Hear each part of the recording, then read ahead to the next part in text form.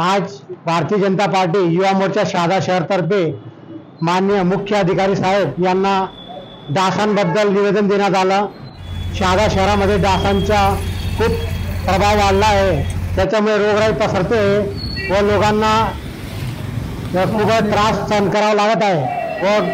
शहादा शहरामध्ये जे पाचशाळा आहेत त्याच्यात घाणाचे साम्राज्य जास्त असल्यामुळे ते सुद्धा आम्ही स्वच्छ करण्यासाठी त्यांना सांगण्यात आलं आहे व लवकरात लवकर त्यांनी आम्हाला आश्वासन दिले की आम्ही ते साफसफाई करून व फवारणी करून लवकर उपाययोजना करू असं आश्वासन दिले।